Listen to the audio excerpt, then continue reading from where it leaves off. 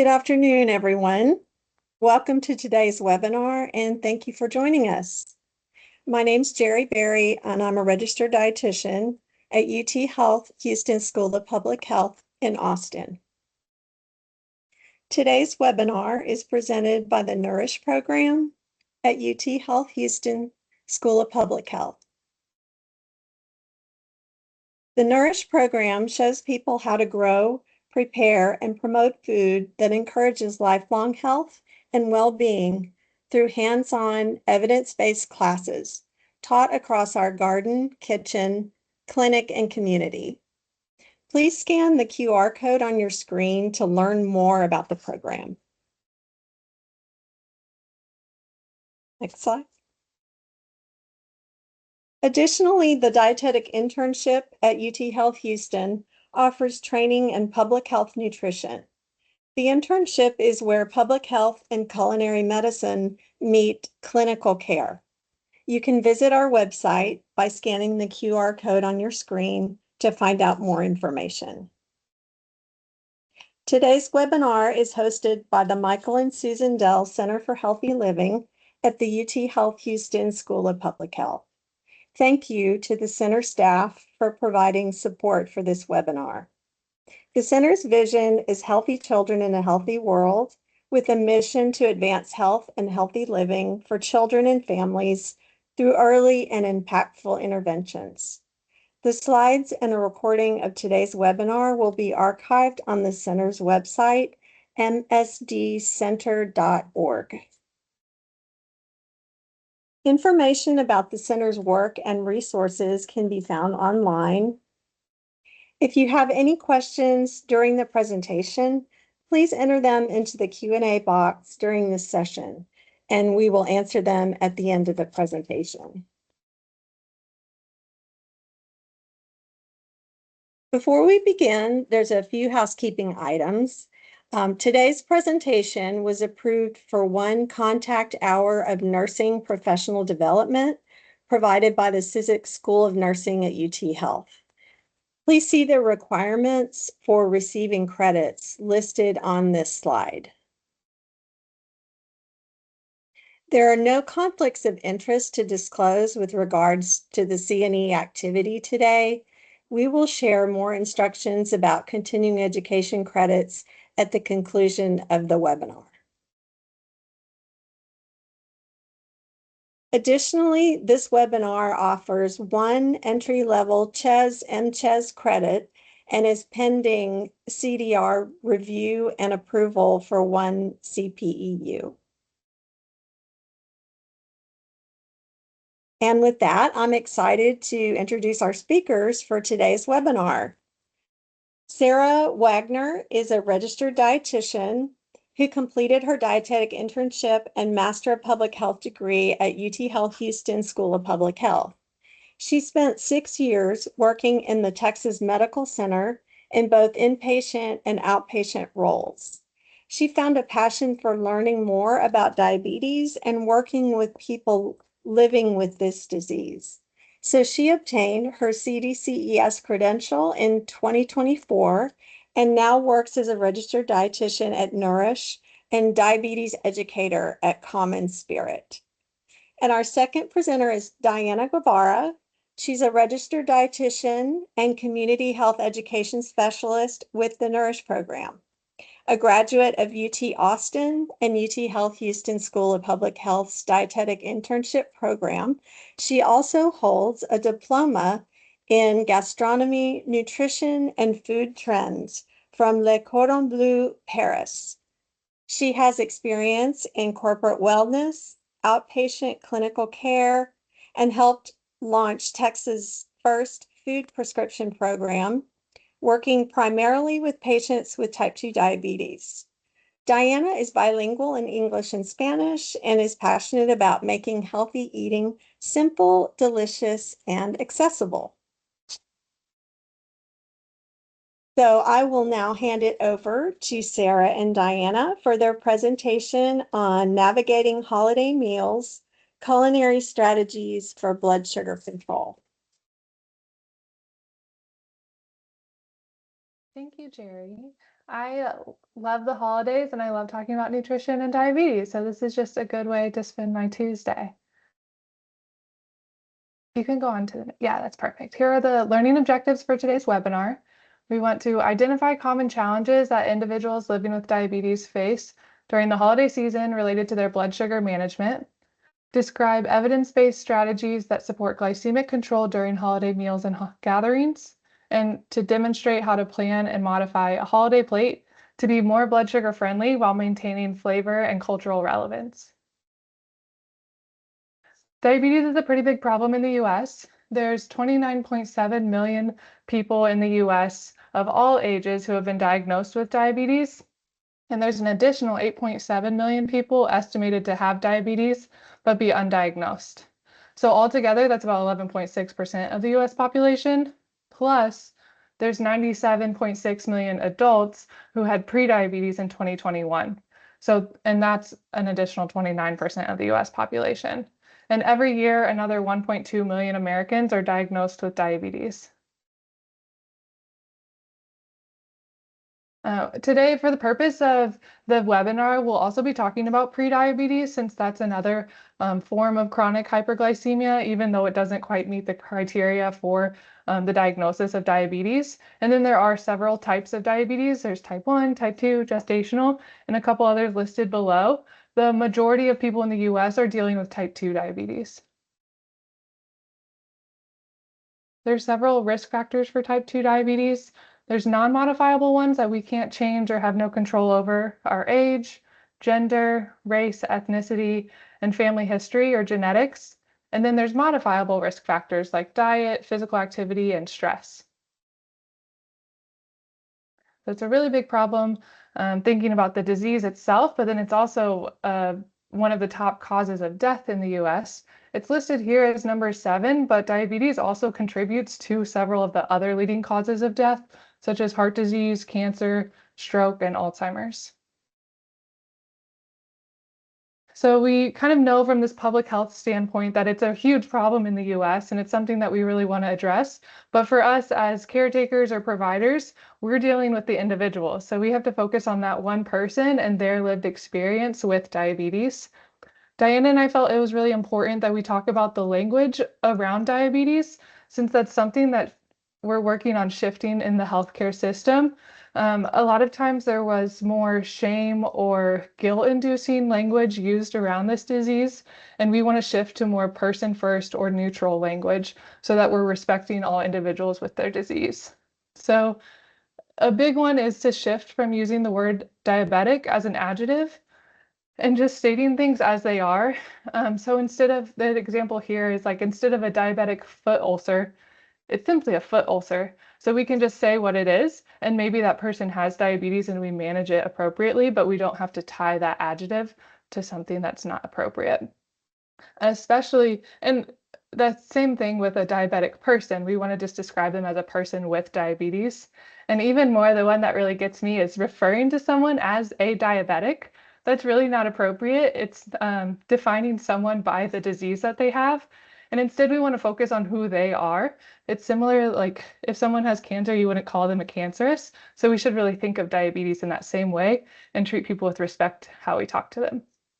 Another one that's important with both documentation and conversation with patients is shifting from the word compliance to adherence. Compliance kind of indicates that whole black and white, right and wrong thinking, whereas it's really more of a spectrum that we should be encouraging patients maybe to shift in the right direction, but not making them think that there's one way only to do something. So rather than just compliance, yes or no, we focus on adherence and how much we're adhering to the treatment plan. Next slide. Another big one in both documentation and conversation is using the word manage for diabetes rather than controlling. Controlling, again, indicates that black and white thinking or all or nothing. Most people are not going to control their diabetes so much that their A1C is then less than 5.7 and they don't have diabetes anymore. Most people are going to be managing their diabetes and doing the best they can to take care of their disease and prevent complications. So manage is a better word that is more neutral and like focuses on the spectrum of that management. The holidays can definitely impact people who have diabetes with the language surrounding that disease. And a lot of people during the holidays will receive unsolicited advice from family or friends about things they should or shouldn't eat, when it really shouldn't be coming from outside voices. Those of us who are providers and who are educating patients can give patients the tools to make the choices that are best for them, but we shouldn't be attaching any kind of shame or guilt to whatever choice they decide to make at the end of the day. So remember, through this holiday season and all the time that you're caring for people with diabetes or really any condition, it's important to use neutral language and consider incorporating both mindfulness and self-compassion into your counseling and your treatment plan to help people, help empower them to care for themselves mentally as well. Yeah, thank you. The Association of Diabetes Care and Education Specialists focuses on 7 self-care behaviors for people living with diabetes, so that by addressing these 7, they can best manage their disease process. These are healthy coping, being active, taking medication, monitoring, reducing risks, healthy eating, and problem solving. So some of them sound kind of self-explanatory, but we'll walk through what each of these means, how the holidays impact them, and then some tips that we can work on as providers. The first one is healthy coping. So coping is just our way of dealing with a problem. And for this example, it's going to be the chronic disease of diabetes. Healthy coping means using health-promoting behaviors to deal with situations and maintaining a positive attitude toward your diabetes or prediabetes management.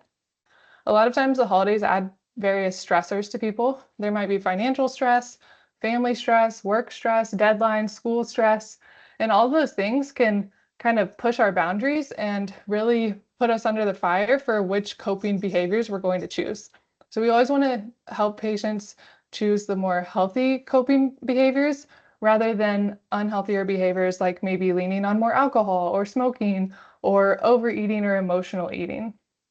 If you know what the stressor is for your patient, you can help them find an alternate activity or a solution that helps them put themselves first rather than focusing on the stressor. For example, if family is a big stressor for a patient, consider encouraging them to also have a Friendsgiving so that their whole holidays aren't tied to this one stressor, but they also have other outlets where they can enjoy time with people who are supportive to them. Another option would be a personal day or outing where they can just do their own thing and totally avoid anyone who's causing them stress. And then remember to discuss mindfulness and self-compassion with them too. Another important self-care behavior is being active. This just means daily physical movement, whether that's structured or unstructured. It can really be any way that we're moving our bodies. The holidays affect this sometimes quite a bit when our routines change and maybe we're traveling or staying with friends or family, so we're outside of our normal home environment. Sometimes our food or alcohol intake patterns change, so we might be eating heavier meals or drinking more alcohol and not want to go work out right after that, even though we might normally exercise after a light meal. And then during the holiday season, there's also shorter daylight hours in the evenings, so that can definitely limit people's outside activities after work or in their afternoons. I would encourage you to encourage your patients to be a catalyst for others to exercise with them. So rather than letting them, especially if they've been working on creating a habit for themselves, rather than letting them get pulled down by others, encourage them to be the person who's lifting the others up with them. And maybe they get their family or friends to go on a walk after dinner. Encourage their commitment to walking or exercise or whatever activity they plan to do before they even get to the social gathering or the social situation. Maybe they've been working on their habit to work out after dinner, but now in the holiday season, they're going to have a lot of work events or dinners, and maybe we can help them establish a routine to just get that workout done in the morning so that it doesn't even interfere with anything else that they have planned. And remember that any movement is better than no movement. I might set a goal with someone to exercise for 30 minutes, 5 days a week, but I make sure it's very clear, like, hey, if you only have 5 minutes, that is better than 0 minutes. It's always going to be a better option as long as you're feeling good and you have the energy for that. These are the official recommendations from the American Diabetes Association. We want people with diabetes to be exercising at least 150 minutes at a moderate to vigorous intensity for the cardio exercise. And then we want them to have 2 to 3 sessions per week of resistance exercise. It's important to decrease the sedentary behavior, so just getting in those steps throughout the day. And then especially for older adults with diabetes, we want to focus on flexibility and balance training a couple times a week. The next self-care behavior is taking medication. So this means just following the prescribed medication treatment plans from the care team. The holidays can impact this again with the routine interruptions and the traveling. So if you know that a patient has trouble remembering their medications at their meal times, or maybe even just forgetting to even pack their medications on their trip, have them set an alarm or make a to-do list or a packing list that includes those medications so that they don't have as much of a likelihood to forget. You can recommend little travel pill containers so that maybe it's someone who has like 8 different pills and they don't want to take all those bottles. They can just organize it for the week in those little travel containers. And then certainly go over an appropriate storage plan for any insulin. Monitoring is another helpful self-care activity. This can mean specifically monitoring blood sugar, whether that's checking it with a continuous glucose monitor or finger sticks. And then it also means monitoring adherence to other self-care behaviors that we're talking about today to make sure we're maintaining the care treatment plan and making adjustments as needed. The holidays can impact this by, especially the blood sugar monitoring. It's going to impact that with more social eating. People might not feel as comfortable checking their blood sugar in a group setting as they would privately at home or just with family. And then caring for others, a lot of times maybe we have more of a caregiving role during the holidays or more of a hosting role. And so we're focusing all of our energy on other people. We might kind of lapse on taking care of ourselves and focusing on our own health. For providers, we want to encourage you to help your patients make a plan to bring their monitoring supplies with them to meals that are outside of their home, and to have a plan for if they're hosting where they can go privately to go check their blood sugar. Reducing risks is an important self-care behavior. This means choosing behaviors that reduce risk of long-term complications from diabetes. For example, scheduled health screenings, avoiding the harmful behaviors or harmful coping, and then monitoring glucose levels. The holidays can impact this by just the craziness of the holiday season. Sometimes we forget to have our vaccinations or our medical appointments or our health screenings. So it's again helpful to have those reminders, maybe a calendar appointment or an alarm reminder, so that patients will be consistent with their screens and appointments. Next slide. Problem solving is a really important ongoing self-care behavior. This means troubleshooting solutions to challenges in order to improve diabetes management. So that's really what we're here for today. We want to help you help patients problem solve the holiday eating environment and other things that are going to affect their diabetes. It's always helpful to plan ahead. Sometimes the holidays can, again, disrupt our routine. So we want to just have an idea of what's upcoming so that we can plan in advance for it and maybe get our medications from the pharmacy ahead of time, or create a workout plan, or tell people ahead of time, hey, I'm going to be checking my blood sugar. Don't be weird about it. Just helping have that foresight can be a little bit more grounding for people with diabetes who are dealing with a lot. So hopefully you'll learn some good tips today. And then the last self-care behavior that we want to talk about is healthy eating. So this means eating a nutrient-dense diet that promotes health and wellness.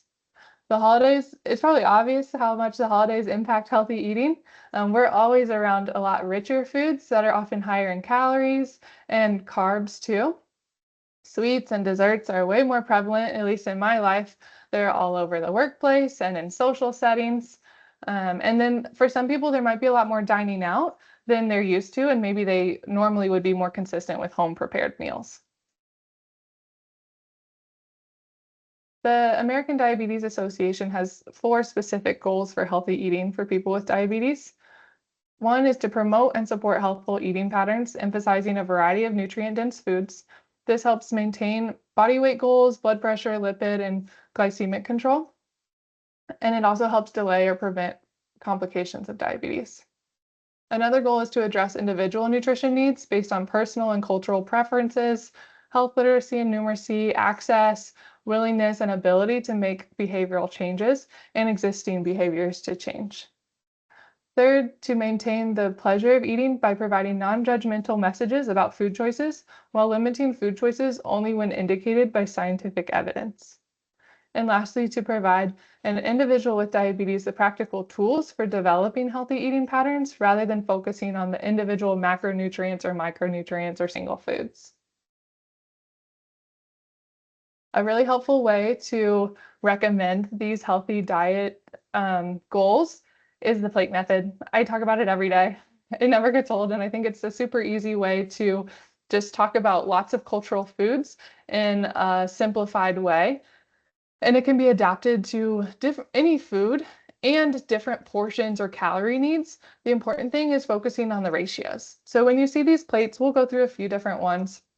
The emphasis is really on the colorful foods, those non-starchy vegetables, like in this example, there's carrots and green beans, and having that fill half of the plate. So that's going to be a lot lower carb item. It's going to have lots of fiber and hydration and vitamins and minerals. And then we have a quarter of our meal being the lean protein. So chicken, fish, lean beef or pork, maybe vegetarian sources. And then a quarter is the starch. So a lot of times when I'm at a holiday meal, it's about like 3/4 starch and maybe a quarter protein, and maybe if I'm lucky, a pinch of something colorful. And sometimes that's how it is at restaurants too. So we really want to focus on whatever shift we can make to increase that lower carb section of the plate and really increase the nutrients coming from the non-starchy vegetables. So we'll go through a couple different examples. Yeah, here's some stir fry with fish and brown rice, some yams, greens, squash, chicken. It can accommodate lots of different preferences for foods. We just want to focus on teaching patients which foods go in which category and then helping them kind of build their plate or their bowl or whatever dish they're using. And I think this is good to think about at meals and snacks as well to try to get that balance for better blood sugar management after meals. You can keep going through these. Perfect. So then here's some really good take-home tips for you guys to help your patients with. The number one thing is to help remind patients not to eat carbs by themselves. Ideally, we want to have carbohydrate foods with things that have protein and fat and fiber to help stabilize that blood sugar after their meals and snacks. So the plate method is a really easy way to do this. By following the plate method, you are including more fat and fiber and protein. And I know Diana has some good healthy recipes to encourage this shift a little bit. Encourage them to include non-starchy side dishes and not totally forget about those veggies. And maybe if they have, whether they're hosting and they have full control over the menu, that's great. Or if they're going to a group meal or a potluck, maybe they can bring a healthy non-starchy dish or a protein dish that they know will help with their blood sugar. And then other people can enjoy it too. But that way they're not going into the environment not having any clue of if there's going to be anything healthy there because they're just the ones providing it. And then I do recommend prioritizing favorites. Usually there is an abundance of food at holiday meals, so it can be really helpful if you just kind of pick your favorites and include those, and then maybe include, if protein and veggies aren't your favorite, maybe include a little of them to help stabilize the blood sugar, but not have 10 different carbohydrate foods. Maybe just pick your top 3 or 4. And then like with desserts too, maybe not trying one of everything, but knowing that your favorite is available, so you're going to have your favorite today. And then if there's another holiday meal in your future, you can pick a different one at that time. Definitely avoid skipping meals to save calories. It usually does more harm than good. So we may starve ourselves all day and then we get to an evening meal and we're just ravenous and we eat everything in sight. We can really make wiser, healthier decisions if we have nourished our body in a more balanced way leading up to that heavier meal. So have something balanced for breakfast and lunch, maybe a snack if you're hungry enough, and then at dinner you can go into it and make healthy choices too. Try to encourage patients to drink water or other calorie-free beverages. It's really important to stay hydrated. and not get extra calories from our beverages when the food might be more caloric than we're used to. And then certainly remind them to take mealtime medications as prescribed, and they can consider walking or other movement after meals to help reduce that postprandial blood sugar. And now it's time for Diana.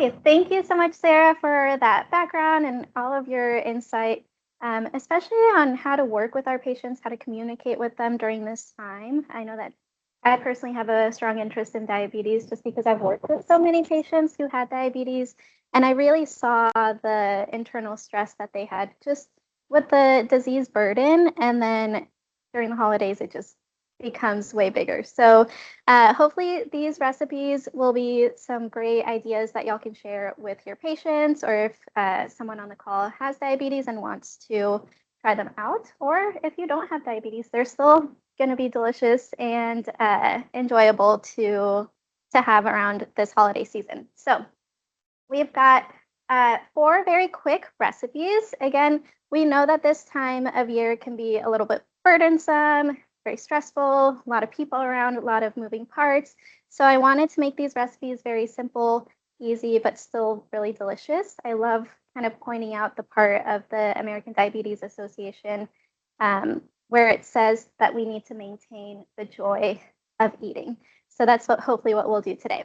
We're going to start with some simple balsamic Brussels sprouts. So my idea today was just to do some, like Sarah mentioned, if you're going to a potluck or a holiday dinner, we know that there are going to be your favorites, whether that's going to be a heavier carb dish or a heavier, fattier or protein dish, your turkey. I'm not telling you to go vegetarian during this time, but there are some options that you can bring on the side to create that balanced plate. So today we're doing a really simple balsamic Brussels sprout. I think roasting is my favorite way of enjoying vegetables. So I want to show y'all some tips and tricks to make them extra delicious this year. So if y'all want to take a look at our ingredients, again, very simple. We're going to do our Brussels sprouts, and you can see here, I'll show you how I did it, but we've quartered them. So make them a little bit smaller. They'll cook faster. So if you're, fighting for some kitchen time during this season, you'll only take about 15-20 minutes with these. We've also got our canola oil for roasting. If you want to use a different oil, you're welcome to. We've got balsamic vinegar. So a lot of times with Brussels sprouts, it's a great pairing to do balsamic, and sometimes we'll do a balsamic glaze that might have a little extra added sugar. So by doing just the vinegar and then roasting it, we're getting those natural sugars caramelized a little bit. So you'll still get that beautiful flavor with a little less added sugar. We've got some fresh thyme, fresh rosemary, and then just some salt and pepper. So very simple. You can adjust these flavors to however you prefer. If you want them to be a little bit spicier, a little bit with a kick, a Southwest, whatever herbs and spices you have around and want to use.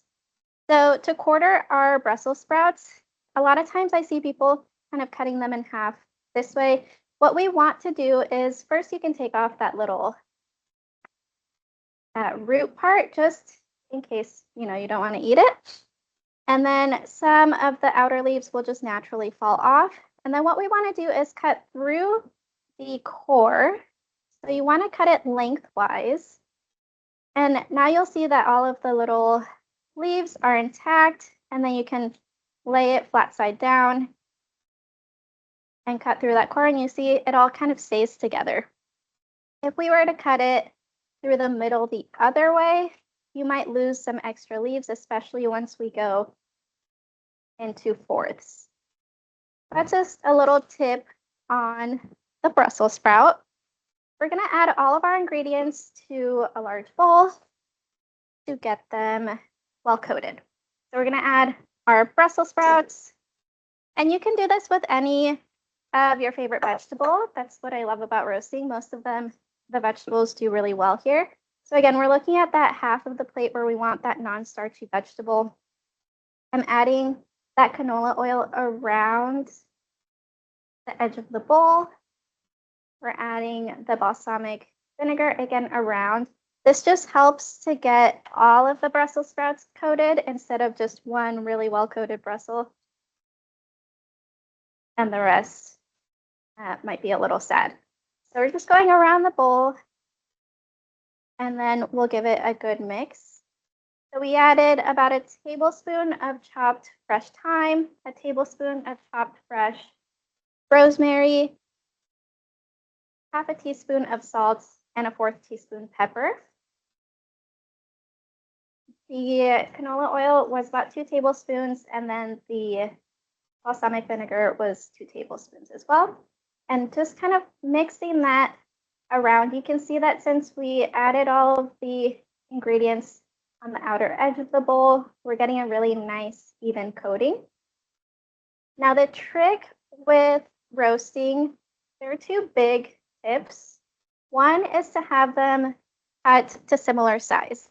So if you have one very tiny piece and one quite large piece, that tiny piece might burn and the large piece won't even be done yet.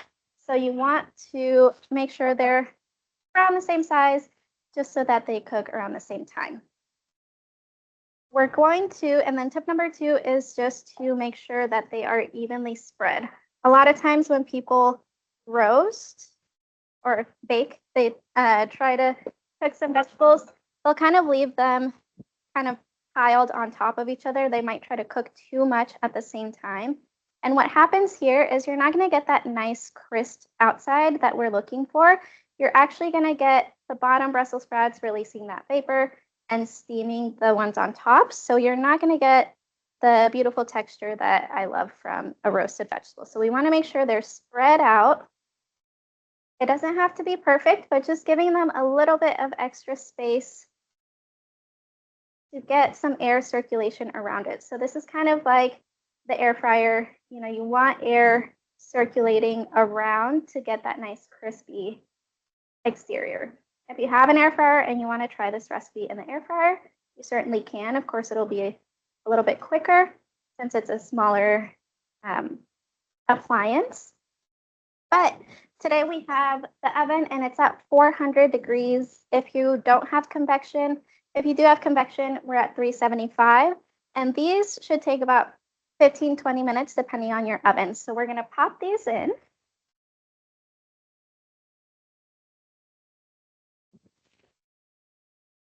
And if anyone has any quick questions about the cooking process, please feel free to add them to the Q&A, and then Barry, you can let me know. But I'll just kind of keep this going. Our next recipe is a lemony garlic sauteed green. So again, we're looking at how do we make these non-starchy vegetables delicious and enjoyable to eat during the holiday season. I'll actually show you all the ingredients before we bring them over to the stove. We've got, again, canola oil since it's easy and we're sauteing the medium heat. We've got some canola oil, about 2 tablespoons. We've got about a tablespoon of garlic. I did 2 cloves. We've got our greens of choice. So you can do any green that you like. So we can do spinach. We can do, I have collard greens today. There's Swiss chard, any type of green that you want, kale. And what we did today, and I'll show you how, is we separate the leaf from the stem. So there are 2 ways to do it. One, you can just kind of cut it off. Another, if you have some helpers who can't really use a knife, we just make that little OK sign and just pull. And what we're separating is this kind of woodier stem. It's still edible, and I'm actually going to add it to my greens, but we want to make sure that it's small enough to enjoy and cook at the appropriate time. So we're just going to give it a quick chop. You want to cut this pretty small, kind of like what you would do for if you're chopping up some onions to add to this.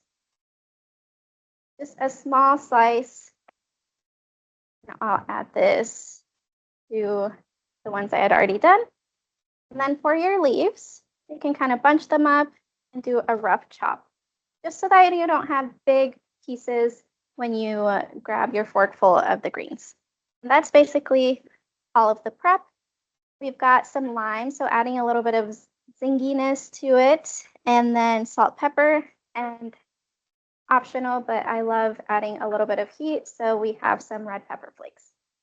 So we'll add this, bring this over to our stove. We're going to heat our oil on a large saute pan at medium high heat. So this is a really quick one if you have to run out the door to your potluck or your activity and you have 10-15 minutes. This is a really great one. You can also do bagged greens and you don't even have to prep them, so that's even quicker. But this is just a nice little side dish that you can enjoy. Any questions so far?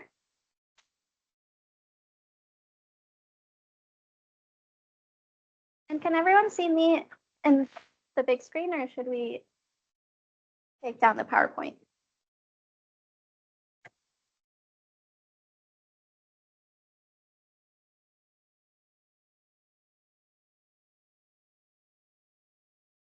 I think we can see you really well, Diana. Perfect. Thank you. All right, so now that our oil is heating up, you can tell it's warm when, if you kind of move the pan around, you can see it kind of starts to shimmer a little bit more. It glides easier around the pan. Or another way to know is just to pop in a little piece of whatever you're sauteing. And if it doesn't start to sizzle, it's not quite ready yet. So we can give it a couple more minutes.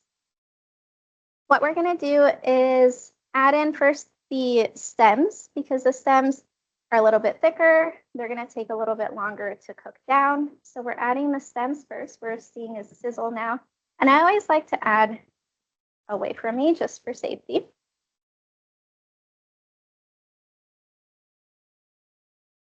And then we're also adding the garlic. And this really shouldn't take long to cook down. Especially with the garlic, we want to make sure it doesn't burn.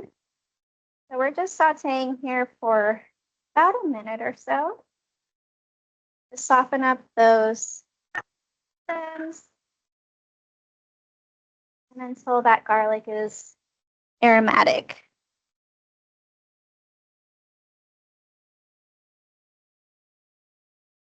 Once you're starting to really get that beautiful garlicky smell, you're seeing those stems kind of change color to a more vibrant green. You can add in our greens.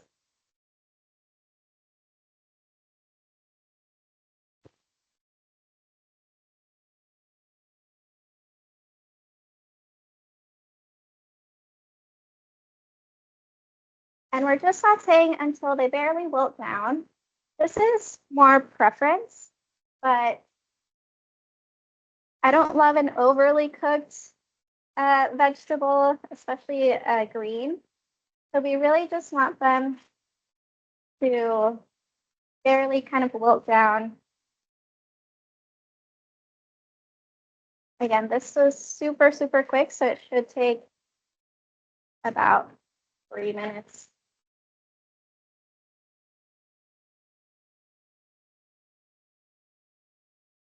I love doing this with spinach. It's a softer green, so you don't even have to cut up the stems. You can kind of just include them. But any of your seasonal vegetables, right now, we've got our kale is in season. And our collards are around, all of our kind of winter leafy greens. And usually when things are in season, they're going to be on sale, so they're cheaper. So that's a great way to both get something that has a little bit more nutrients because they haven't traveled quite as much, and save a couple dollars, which we all need at this time. All right, so we're looking beautiful. You can see our collards have gotten a more vibrant, beautiful green.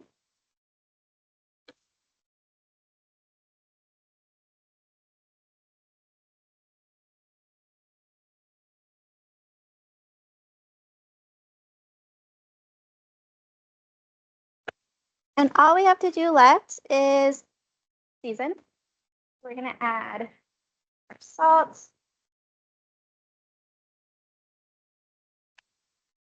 And our pepper. And mix that around. Once they've reached your desired texture,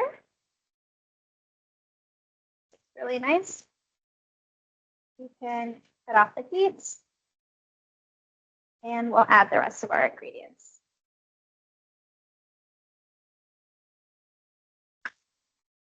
For these, I'm going to go ahead and just serve them on our so that we can make it beautiful. So, part of eating is we eat with our eyes. So the fun part about kind of the holiday season is we kind of put a little bit more thought into our presentation and how our food looks. And you can also do that with your delicious sides. It doesn't just have to be, decorating the turkey. So we're gonna add our greens, our plates. This is more of a serving platter. Making sure that it just looks beautiful and appetizing. That's really that first hurdle. If it doesn't look tasty, you're not going to want to eat it, right?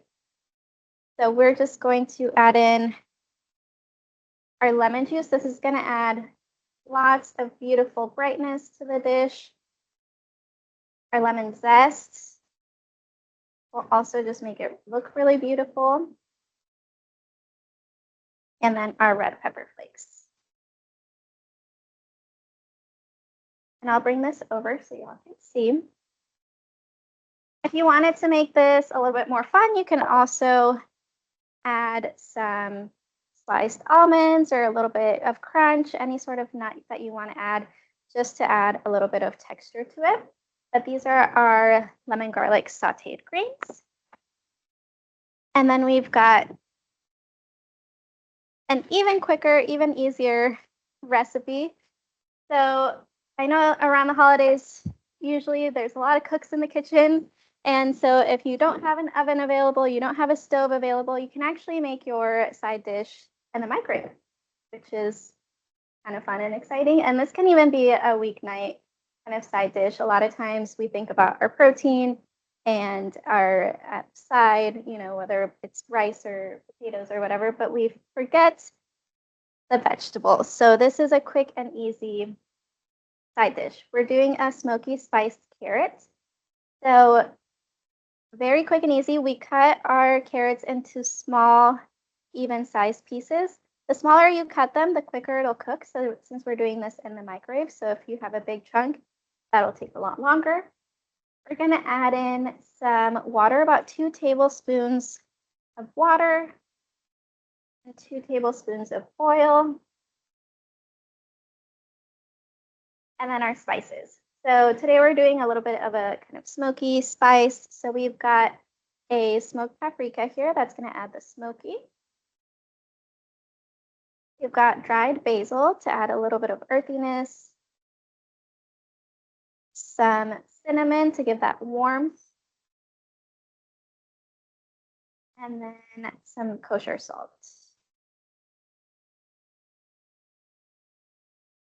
And that's really all you have to do. We're going to cover this with a wet paper towel, or if you have a microwave safe bowl that has a lid, just loosely placing that lid on top. And we're going to pop this in the microwave to start for about 3 minutes. And again, this is also going to be personal preference. Some people like a crunchier vegetable. Some people like it to be fully cooked. So this will be really up to your preference. So we're going to start with 3 minutes and see how it goes. And while that's in the microwave, I wanted to show y'all just a quick and easy infused water. So a lot of times we talk about, especially with diabetes, drink water, try to choose water, no added sugar, all of these things. But most people don't love just plain water. I do, but a lot of people don't. So we don't have to do just plain water. We can actually make it fun and enticing. So like I mentioned, you eat with your eyes and you also drink with your eyes. So if you're seeing just kind of a sad cup of water, you might not be that excited to drink it. But if we can make it colorful and beautiful, it might be a little bit more enticing. So we just have plain filtered water. We can add some ice if you're an ice lover. And what I like to do for infused water is actually doing frozen fruit because it'll make your water colder and it'll also add a lot of color. An overflow. But it'll also add a beautiful color. So today I have just some frozen cherries. And we're going to add that into our jug. And that already looks so much better, right? We're already a little bit thirstier. But then we can make it a little bit more kind of holiday themed with some rosemary. So if you don't love the idea of rosemary in your water, we can just add in the sprigs directly in and it won't add too much kind of flavor. If you do want a stronger rosemary flavor, we can kind of crush it, kind of press it, crush it, or you can use a mortar and pestle to get a lot more of that aroma out. So we're just adding that in. And if you want to get extra creative, I just did this right this morning when I got in. We have a little cup with a little rosemary sprig. I want to see from above.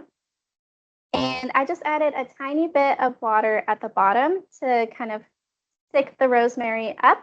I think this is such a beautiful presentation for Christmas or any of your holiday meals.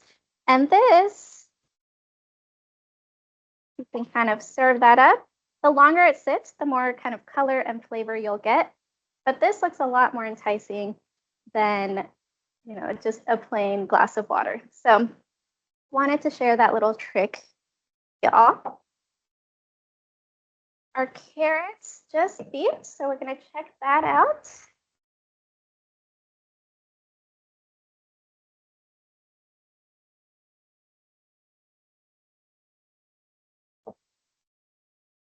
And this looks lovely.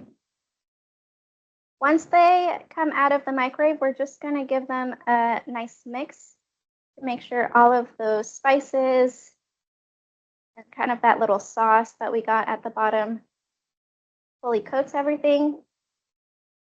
Again, this is now personal preference. If you like a crispier, crunchier carrot, you can kind of stop here. If you like a softer carrot, you can pop it back in. We'll just go at about 1 minute intervals until you've reached your desired texture. So again, healthy eating does not have to be complicated. It doesn't have to be kind of slaving over your dishes forever. It can even be made in the microwave. So I like them a little crunchier. I'm just going to leave them as is. I'll serve this up in our bowl and then serve up our Brussels sprouts. And we'll be ready for our holiday meal.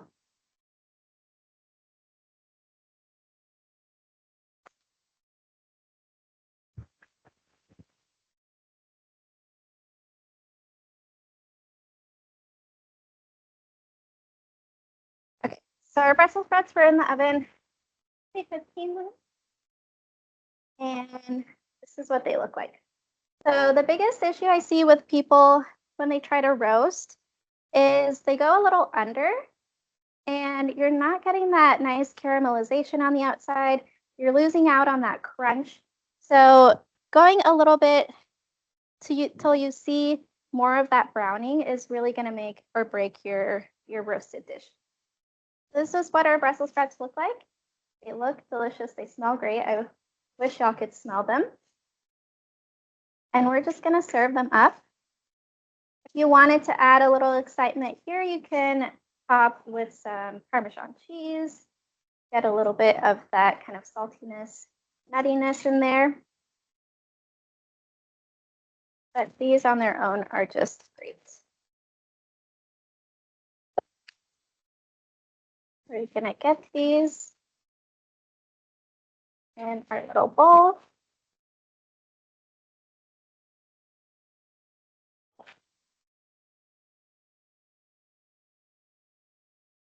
There we go. So we've got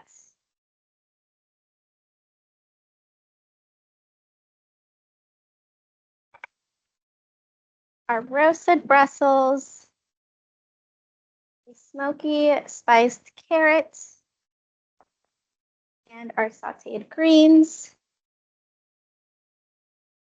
and our beautiful drink to enjoy.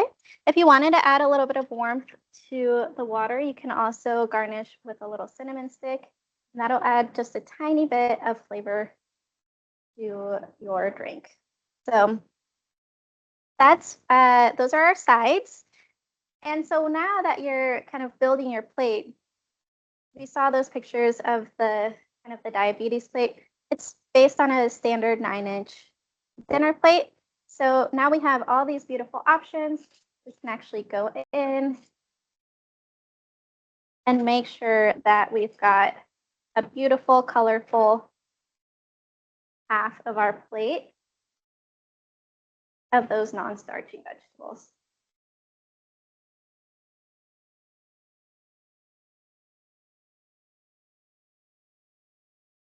And so if you have this, now you can go around and look for those favorites like Sarah mentioned. So if you're a big fan of, mashed potatoes or the mac and cheese, or of course the turkey, we can still fit those in and have a beautiful balanced plate. And that's all I've got for y'all. Any questions for me or for Sarah?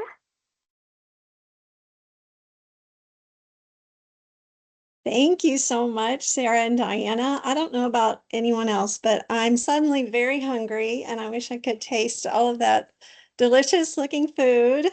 And it's such great information just as we get ready for the holidays, so practical. And I like how you can just make something so nutritious and beautiful quickly. We're always looking for quick recipes. So thank y'all so much. We will now answer questions from our audience that have been submitted. So if you have any questions, please sure to type your questions into the Q&A box. Let's see, we have a question. Shouldn't we use non-seed oils? Wouldn't avocado be a better choice? Question. So in terms of seed oils, there's a lot of controversy around it and people are going to have their opinions. So I don't like to fight about it. But the evidence that I've seen, it's still perfectly safe to use. It's going to be a higher temperature, higher smoke point oil. So I still use it. Avocado oil can also work for high temperatures, so it's a great option. It is more expensive, so depending on who your audience is and who your patient is, they might not be able to afford an avocado oil. So a canola oil is still going to have those omega-3s and it's accessible. So it really is just thinking about who your audience is. But if you prefer avocado oil and you want to use it, that's perfectly fine. Good point. Okay. And then another person asked if y'all are going to share the recipes with the audience. Yes. Okay. Yes. And I'll send them over to Marilla, and with the recording, they can be uploaded as well. Okay. Great. Okay. Another question. How long did you roast the Brussels sprouts? Oh, great question. Yes, they were in the oven for about 15 minutes. So we have the oven on 375 convection roast. So that's why it's a bit quicker. If you're at home and you don't have convection, you can do 400 to get kind of a little bit of a faster roast. So depending on how small you cut them, it would be about 15 to 20 minutes. So just keep an eye on them. If you don't have convection going, which means there's a fan in the back of your oven, then you can also kind of mix them up or toss them in between halfway through so that you get a nice roast all the way around. Okay. Okay, well, as we're still waiting for other questions to come in, I just wanted to say that I think that, and Sarah, your presentation, I really, really liked the part about focusing on adherence and management instead of the kind of more strict compliance and control. It's nice to feel like, just a little bit less pressure overall and over the holidays. And then just having the mindfulness component to it was just, I thought that was a really great part of your presentation. Thank you. Yeah, I think sometimes it is easy to forget about the mental health that's involved with diabetes because it's a burden that people are dealing with every moment of their lives. So it's really good to have that self-compassion. Right. Agreed. Agreed. Managing expectations, right? Mhm. Mm-hmm. Okay, well, I guess we don't have a lot of questions. We don't have any more questions that have come in. So I guess you guys are super complete and thorough in your presentations. Um, if there aren't any more questions, do y'all have any more comments or anything else you'd like to touch on before we conclude?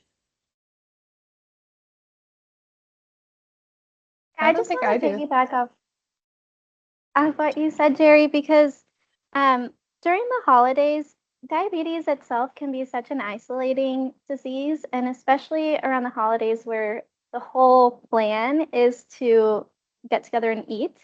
If they feel like they're getting messages maybe from their providers or from outside media or wherever else that they shouldn't be eating something or that this is bad and they're getting looks or anything like that, it can just bring that burden even higher. So, just really working with your patients to give themselves permission. Like we mentioned, picking your favorites, kind of perusing if it's a buffet style or if it's a party or anything like that, kind of looking at the options and seeing where are my favorites and what am I going to choose to fill that quarter plate of the carbohydrate foods and quarter plate of the protein foods, and then how can I fill in the rest with that color and those beautiful options, and then really sitting down and actually enjoying that food.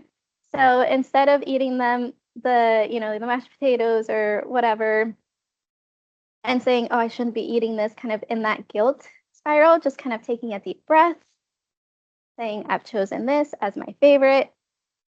It's not that I can't do something. We all have free will. It's just what's worth it and how much and how will it affect, my day. So if it's worth it to have your small amount of whatever, really just let yourself enjoy that moment is what I like to tell my patients so that they're also a little bit less stressed while eating those foods, which can also affect how you metabolize them.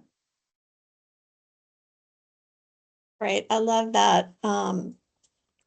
Just kind of the ending of being kind to ourselves and to others during the holidays. So one last comment.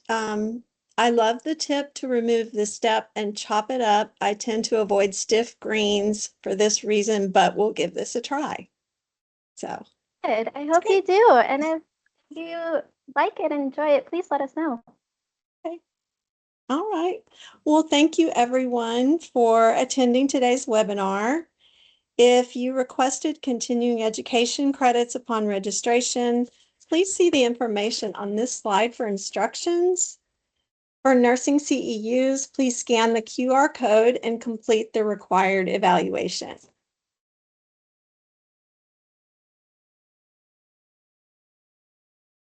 Next slide. Thank you again for attending today. The recording, slides, and resources mentioned will be posted on msdcenter.org, and you will also receive a follow-up email with links to all of these. Please join us for upcoming webinars on tobacco prevention, November 20th with Catch and December 9th with Vamos. Thanks again for joining us today. We will see you next time.